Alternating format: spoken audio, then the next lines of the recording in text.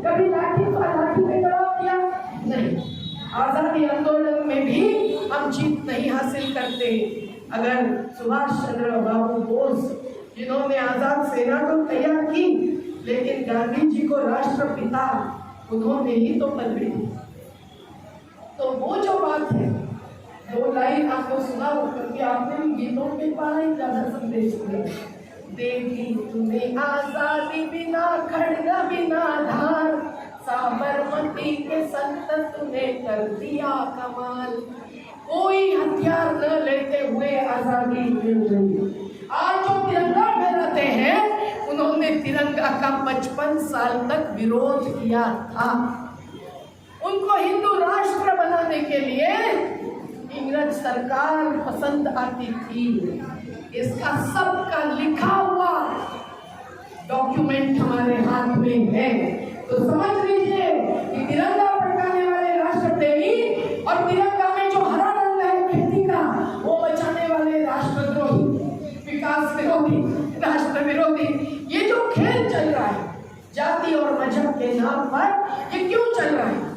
जो शुरुआत से मैंने बात रखी है वो हर आपके अधिकार की बात, उसको लेकर आप लड़े नहीं। इसीलिए वो जाति और मजहब धर्म के आधार पर टुकड़े टुकड़े करना चाहते हैं और महिलाओं को ज्यादा पूछा धर्म भाविकता आती है। इसलिए बनते जी ने जरा ज्यादा ही आज स्ट्रॉन्ग भूमिका रखी है, पर ये सब सच्चाई है। और इसीलिए अगर महिलाओं को भी इस जाति की महिला विरुद्ध इस जाति की महिला, भाइयों को भी अगर अलग अलग करने की एक साजिश, क्योंकि वोट किसके ज्यादा है ये देखकर, आदिवासियों के वोट मध्य प्रदेश में ज्यादा है, तो बिरसा मुंडा, टंट्या भीम सबके बड़े बड़े पुतले खड़े कर रहे हैं, उस पर करोड़ों रुपए खर्च कर रहे हैं। सरदार पटेल जिन्होंने कहा था कि राष्ट्रीय स्वयं सेवक संघ जैसा सांप्रदायिक संस्था का बहिष्कार करना चाहिए, लेकिन उनका पुतला उन्होंने ही खड़ा कर दिया। वो आज रो रहे होंगे सरदार पटेल, उनके आंसू नर्मदा में बह रहे होंगे, क्योंकि पर्यटन के नाम पर उसके आजू बाजू के 6 गांव हमारे साथ लड़ रहे थे, अब 72 गांव को उजाड़ने की योजना बन गई। तो आप समझिए ये सब झूठापन है। टंट्या मामा अगर पुतले में नहीं जीवित होता तो अडानी और अंबानी की संपत्ति लेकर गरीबों को बांट देता। वो अंग्रेजों का खजाना लूटने वाला टंट्या मामा आदिवासियों का ऐसा नेता। बिरसा मुंडा 25वें साल में जेल में मारा गया, क्योंकि वो जैसे खिरियाबाद में वैसे पूरे आदिवासियों का भूमि का अधिकार स्थापित करता था। तो आप समझिए इन सब को हम मानते हैं, जिनके कईयों के फोटो इसमें हैं। एक गांधी जी का छोड़कर, मुलायम सिंह यादव जी का छोड़कर, पर मुझे लगता है कि ये सभी जिन्होंने सत्य माना, अहिंसा मानी, संविधान माना, सत्याग्रह माना, उनको ही हमको हमारे प्रेरणा के स्रोत माने और आगे चले। और ये नहीं चाहते कि ऐसा हो, इसीलिए अभी हम लोग जिस यात्रा से निकल कर यहाँ आए हैं, एक प्रकार का यात्रा का हिस्सा है, वो दिल्ली के राजघाट से, जहाँ विश्व के राष्ट्र प्रमुखों ने जाकर गांधी के सामने नतमस्तक किया, वहां से वाराणसी के राजघाट की तरफ हम बढ़ते हैं। मैं तो आपको ऐलान करूंगी कि यहाँ से वाराणसी दूर नहीं है।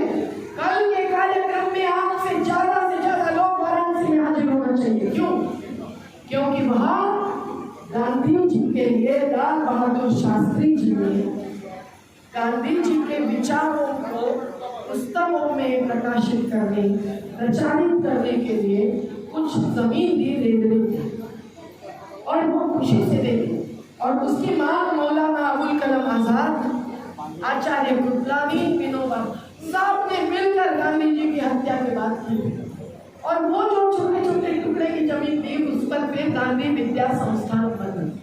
और कई बार हमारे में ऐसे के सेमिनार होते रहे।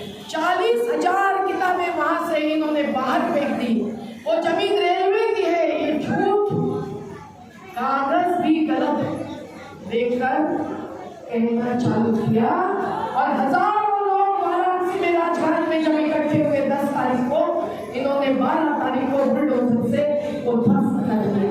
सभी राजनीतिक दलों ने समर्थन किया उसको बचाने का। सुप्रीम कोर्ट ने कहा कि जो नीचा कोर्ट है वो कोर्ट इस पर निर्णय नहीं देगा तब तक आप कुछ नहीं करेंगे।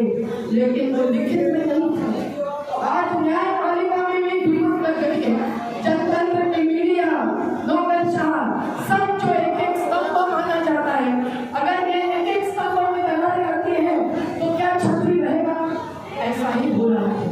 इसीलिए किसान आंदोलन को समर्थन देने वाले न्यूज क्लिप जैसे माध्यमकर्ताओं को जेल में भेज रहे हैं। समझ लीजिए कि जो सही मुद्दे हैं अस्तित्व के, जीने मरने के, उसको लोग एकजुटता से नहीं उठाए। इसके लिए ये गांधी जी की विरासत हो, कि काशीराम जी की हो, कि लोहिया जी की हो, कि मुलायम सिंह जी की हो, कि सावित्रीबाई और फातिमा शेख की हो, कि तथागत भगवान बुद्ध की हो, इसको खत्म करना चाहते हैं। और इसीलिए हम लोग लड़ेंगे, जीतेंगे। तो ये महिलाएं जो निकल रही है वो खिरियाबाग का आंदोलन तो जारी रखेगी, लेकिन केवल खिरियाबाग बचाओ, नर्मदा बचाओ, गंगा बचाओ, क्योंकि गंगा वो अभी कब्जे में ले गई। उसके किनारे बहुत बड़ा विश्व स्तर का एक प्रोजेक्ट बना है। उसमें कई सारी गरीब बस्तियां, गांव ध्वस्त करने वाले हैं। इसके लिए सर्व सेवा संघ की ये भूमि उन्होंने से ध्वस्त की है।